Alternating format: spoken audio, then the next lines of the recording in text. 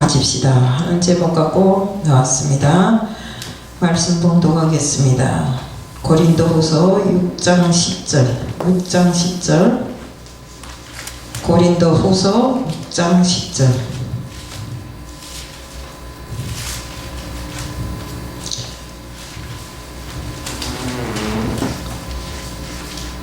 네, 같이 봉독하겠습니다. 근심하는 자 같으나 항상 기뻐하고 가난한 자 같으나 많은 사람을 부여하게 아무것도 없는 자 같으나 모든 것을 가진 자로다. 아멘. 기도드리겠습니다. 사랑의 하나님 아버지, 저는 오늘 이 자리에 코람데오의 신앙을 가집시다 하는 제목을 들고 나왔습니다.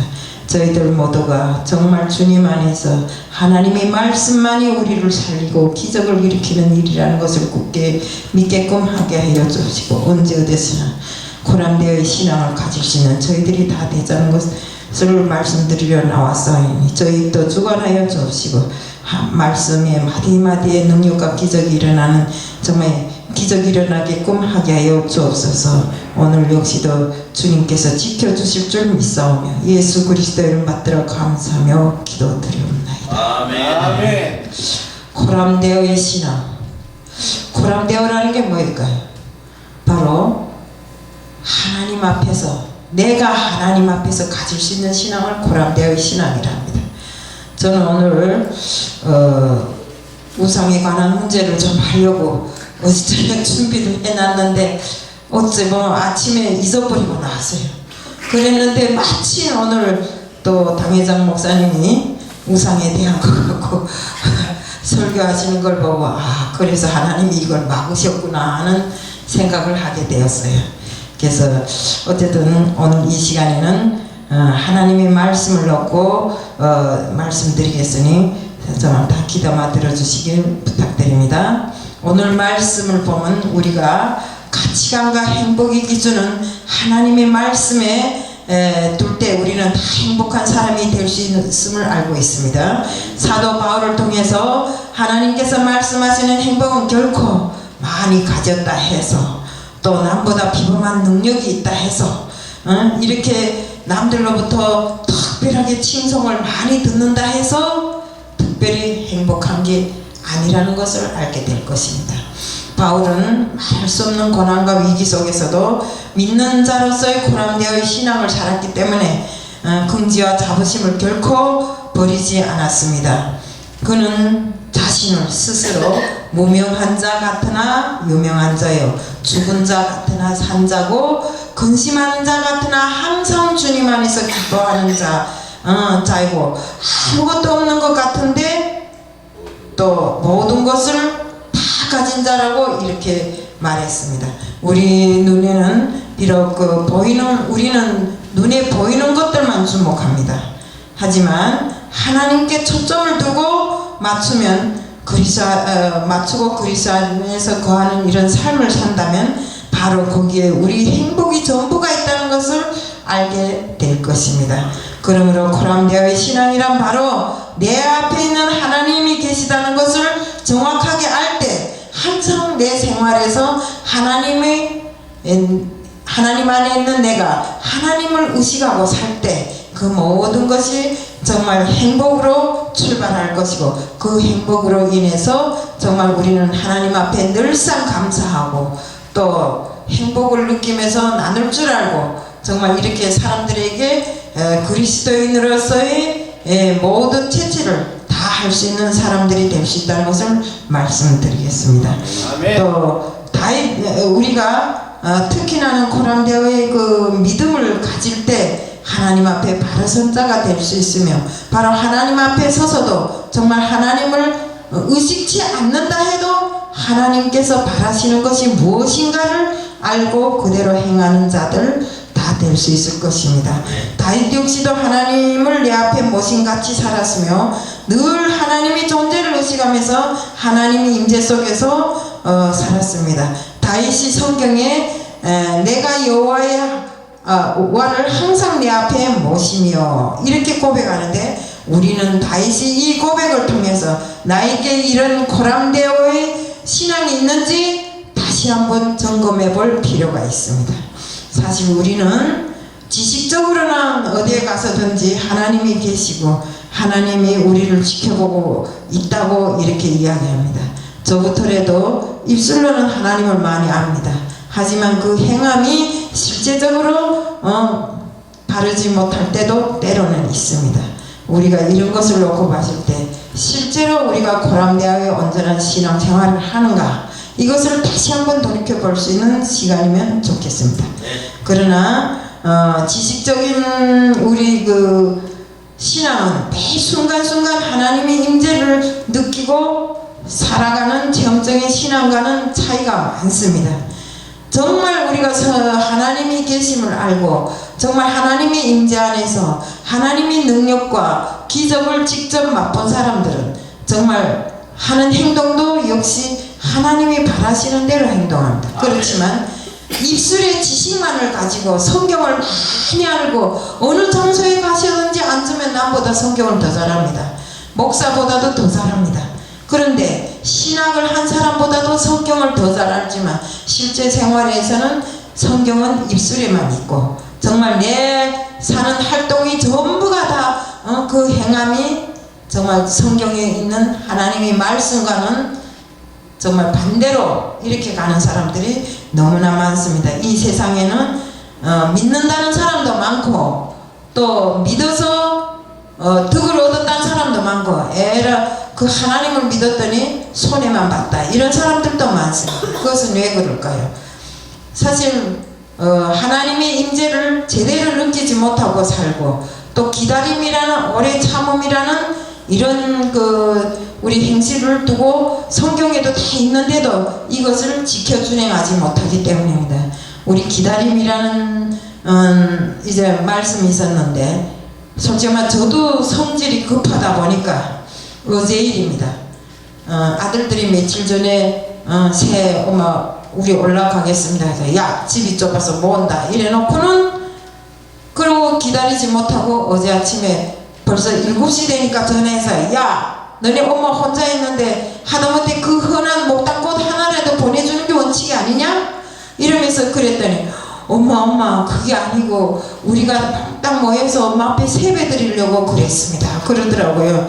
네, 세배고 뭐이고 간에 나 세배 안 받을 테니까 하다못해 카톡에다 꽃 한 송이라도 보내주면 얼마나 부모로서 좋니? 그랬더니 어저께 지금도 핸드폰이 있는데 엄마 너요 화 푸시고 푸시라고 우리가 진짜 잘못했습니다 이렇게 왔더라고. 근데 조금만 기다렸으면 화기애애한 분위기 속에서 손자 손녀들이 정말 누구 같다 인사도 받고 이랬겠는데 손자 손녀들도 얼마나 기분 좋지 않았겠어요. 그 다음에 또 돌아다니느라고 전화도 못 받고, 그러다 아까도 큰아들이 전화와서 엄마 우리 어저께 엄마인데 세배 드리려고 했는데 엄마 전화 안 받아서 못 드렸습니다.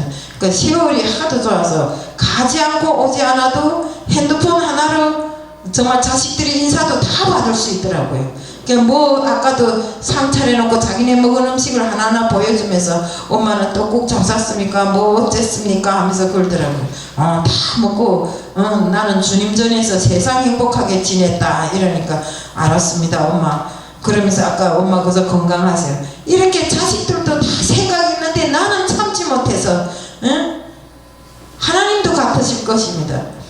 우리가 하나님이 우리한테 모든 걸 주시려고 생각을 했는데 참지 못해서 나 기도를 그렇게 했는데도 나 기도하면 해도 응답이 없어. 나 기도하기도 싫어. 막 이런 식으로 말하는 사람들이 많더라고요. 그러니까 우리는 항상 모든 일에 참음과 인내와 또 누구든지 잘못할 수 있습니다. 그러면 그 사랑으로 용서해주는 이런 사람들 다 되자는 것을 말씀드립니다. 아멘. 정말 하나님께서 우리가 성령 충만이라는 이 성령 충만 입으로는 외우는데 실제상 우리 행함에 있어서 성령 충만한 사람들이 많지 않습니다. 성령 충만한 사람들은 정말로 보면 얼굴빛부터 다르더라고요. 그리고 말씀 하나하나 하는 것도 다르고요. 근데 우리가 성령 충만이 없이 그저 이론만 붙들고 앉아서 하나님 말씀 몇 장 몇 절은 이렇고 저렇고 이렇고 저렇고 하면서, 제가 아는 어떤 분도 맨날 성경 통독한다고 사람들 성경을 암송해야 된다고 하면서도 통일교회 다니고 갔다 와서는 한다는 소리가 초교파적인 초교파적인 생활을 하는데 딱 어떻게 기독교에 장로교만 가는 거야. 통일교도 가고 신천지도 가고 다 해야 된다는 겁니다. 이것은 아니잖아요. 우리가 통일교가 어떤 교고 신천지가 어떤 교라는 것은 누구도 다 잘 압니다. 그래서 2단이 있으면 3단도 있어야 되는데 3단은 결국 없더라고요. 어쨌든 2단이란 그 자체는 이치에서 벗어났다는 소리잖아요. 그러면 우리 하나님 말씀과 반대되는 이런 데 가서 뭘 배우겠다고, 그나마 딱 눈만 뜨면 성경 암송하라고 난리인데 그 사람의 행동이 그게 바로 된 거냐 이겁니다.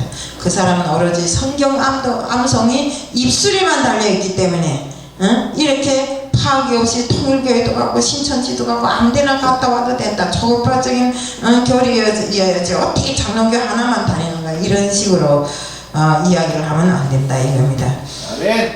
우리가 성령 충만 없이 그저 이론만 붙들고 있다면 정말 안 된다는 것을 이제 말씀드렸습니다. 더욱이 이 출애굽기 때 말씀을 보면 너무나 두려운 말씀들이 많습니다. 하나님께서는 출애굽한 이스라엘 백성들과 늘 함께 하셨는데, 사실 우리 성경 말씀에 보면 낮에는 구름 기둥으로 밤에는 불 기둥으로 내가 너희들을 지킨다고 했잖아요. 그 체험을 저는 언제 했는가 하면 바로 그 탈북할 때 했습니다. 정말 탈북하면서 비록 하나님을 믿지 않았지만 믿고 난 다음에 이것도 하나님이 역사하셨구나, 저것도 하나님이 역사하셨구나, 이걸 느끼게 되더라고요. 우리가 베트남에서 캄보디아로 갈 때 여러분 조그만 배 있잖아요. 뾰족하게 긴 배를 타고 9명이 거기 앉았는데 뭐가 완전 이만큼 굵은 게 밤인데 이렇게 굵더라고요. 그러니까 막 물살 가르며 오는데 말하니까 그게 무슨 물뱀인지 뭔지 그 뱀 중에 제일 큰 뱀이래요. 그거는 한 번만 배를 이렇게 턱 몸으로 이렇게 뒤척이면 배가 홀랑 나가 넘어진대요. 그런데 막 우리를 데리고 오던 사람들도 너무 막 겁이 나서 얼굴이 정말 그렇게 될 지경으로 했는데, 그 순간에 사람이라는 게 믿지 않으면서도 그랬어요. 제가 야 기도하자, 하나님 불러보자 이러면서, 그러니까 막 우리가 앉아서 나는 기도할 줄 모르니까 거기서 속으로 하나님 어찌니까 저거 빨리 달아나게 하든지 뭐 해주세요 막 그러면서 그랬어요. 그런데 다른 애들은 기도를 못 들어지게 하더라고요. 근데 이상하게도 생전에 배를 그 뱀이 배를 물면 따라오면 도망치는 법이 없고 다른 길로 가는 법이 없대요. 근데 그 순간에 뱀이 딴 길 옆길로 새버린 겁니다. 그러니까 막 거기 사람들도 한숨을 쉬더라고요. 한숨을 몰아쉬더라고요. 그러면서 우리는 알아들을 수는 없는데 통역이 말하면 저 뱀한테 걸리면 물귀신 안 된 사람이 없다고 이렇게 말하더라고요. 그토록 우리가 정말 하나님에 대한 믿음이 크면 하나님은 뭐나 다 해주시더라고요. 우리가 정말 믿음이 크지 못하고 크고 작고를 떠나서 믿음에서 참음과 인내가 없기 때문에 하나님이 주시려고 한 그 모든 것을 다 뿌리치고 기도하다가도 정말 기도를 포기하는 이런 사람들이 많더라 이겁니다. 우리가 정말 이 구름 기둥으로 불 기둥으로 지켜주신 하나님 이스라엘 백성들을 놓고 봤을 때 정말 그 사람들이 한 행동을, 그 행동이 모든 것이 다 정말 하나님 앞에 제대로 선 사람들의 행동이 아니었습니다. 우리 고린도후서 6장 14절과 16절에는 다음같이 기록되어 있습니다. 너희는 믿지 않는 자와 멍해를 같이 하지 말며 의와 불법이 어찌 함께하며 빛과 어둠이 어찌 사귀며 하나님이 성전과 우상이 어찌 일치가 되리요. 우리는 살아계신 하나님의 성전이라. 이와 같이 하나님께서 가라사대 내가 저희들 가운데 거하며 두루 행하며 나는 저희 하나님이 되고 저희는 나의 백성이 되리라 하셨느니라. 우리 이제 이스라엘 백성에 대해서 이야기를 했지만 출애굽한 이스라엘 백성이 광야길 40년인데 그 광야길 40년 동안 떡을 먹고 싶다면 만나로 해결해 주셨고 고기를 먹고 싶다면 메추라기로 해결해 주신 하나님이십니다. 근데 이스라엘 백성들은 정말 이 하나님을 믿지 못하고 더욱이 정말 하나님에 대한 믿음이 없음으로 해서 출애굽에 나와서 출애굽 그 자체가 하나님의 은혜고 축복인 줄을 모르고 모세에게 화를 팔팔 내면서 정말 금붙이들을 모아서 금송아지를 만들어갖고 하나님이 아닌 그 금송아지에게 절을 하는 정말 우상을 섬기는 이런 사람들이 다 되었습니다. 저는 이 대목에서 정말 너무나 무서운 것을 발견했고 이스라엘 백성들의 모습이 바로 내 모습이 아니었겠는가 하는 이런 생각을 해보았습니다. 우리는 하나님의 임재를 정말 지식적으로 알아야 하지만 생활이 구석구석까지 하나님을 체험하는 이런 사람들이 다 되어야 합니다. 우리 요셉의 역사도 보면 정말 보디발의 아내로 인해서 유혹으로 인해서 그걸 뿌리치고 나왔다 해서 결국 감옥 생활을 했지만 늘상 감옥에서도 하나님과 같이 했기 때문에 함께 했기 때문에 나중에는 애굽이 이런 정말 역사를 창조했고 또 우리 정말 우리 다윗도 그렇고 모세도 그렇고 바울도 그렇고 우리가 성경에 지목된 많은 정말 선지자들 이런 사람들이 실제적으로 정말 하나님 앞에 서서 바른 신앙생활을 했기 때문에 아무리 어렵고 힘든 일이 정말 그들에게 닥쳐도 정말 하나님 말씀으로 이겨 넘어가는 그들이었던 것입니다. 우리 모세 역시도 광야길 40년을 정말 애굽의 숱한 백성 남자들은 작년 이상의 남자들만 세서 60만이면 거기에 애들도 있을 것이요 여자들도 있을 것이요 숫자에 들어가지 않은 정말 많은 사람들이 섞여서 정말 100만이 넘어되는 이런 인원들이 함께 움직였지만 40년 동안 옷이 헤어진 적도 없고 그 출애굽할 때 신고 나온 신발이 헤어짐도 없이 이렇게 하나님께서 모든 것을 책임져 주시고 함으로 해서 거기에 힘을 얻은 모세가 정말 그 백성을 정말 끝까지 인도할 수 있는 이런 사람이 다 되었다는 것입니다. 정말 저는 바울이란 영화를 통해서도 정말 그 바울이라는 사람이 얼마나 정말 하나님에 대한 믿음과 신앙이 굳건했던지 정말 자기를 빼주겠다고 왔는데도 안 나가고 내가 설 자리는 내가 있는 자리에 하나님이 같이 있으므로 내가 설 자리는 이곳이면 이곳에서 내가 특별하게 빠져나갈 이유가 없다. 이곳에서도 저는 하나님을 모시고 얼마든지 일할 수 있다고 이렇게 이야기를 합니다. 그러므로 해서 거기에서 간수장 딸이 정말 몹쓸병에 걸려가지고 다 죽게 된 것을 정말 의사 누가를 통해서 살려줌으로 해서 간수장까지 정말 하나님을 믿게 만드는 이런 정말 역사가 일어나게 된 것입니다. 이렇게 정말 이 모든 역사적인 인물들이 다 하나님 앞에 섰을 때 코람데오의 이런 신앙을 온전히 가졌기 때문에 이런 정말 역사적인 사실로 남아있을 수 있는 그들이 되었던 것입니다. 우리도 정말 오늘 이 시간을 통해서 우리가 정말 가져야 할 신앙이 어떤 것이라는 것을 똑똑히 알아야 합니다. 제가 오늘 제목에서 새해에는 코람데오의 신앙을 가집시다 하는 제목을 했습니다. 즉 하나님 앞에서 하나님과 같이 하는 신앙을 가져야 되는 것입니다. 우리는 늘상 정말 하나님 앞에 섰을 때 정말 하나님이 자녀로서 정말 하나님께서 인도하시는 그 모든 것에 대해서 정말 온전한 믿음을 가지고 그 믿음 안에서 나의 모든 것을 하나님 앞에 바치는 정말 순종하는 정말 이런 사람들이 다 되어야 되겠다고 말씀드리면서 오늘 설교는 이것으로서 간단히 마치겠습니다. 감사합니다.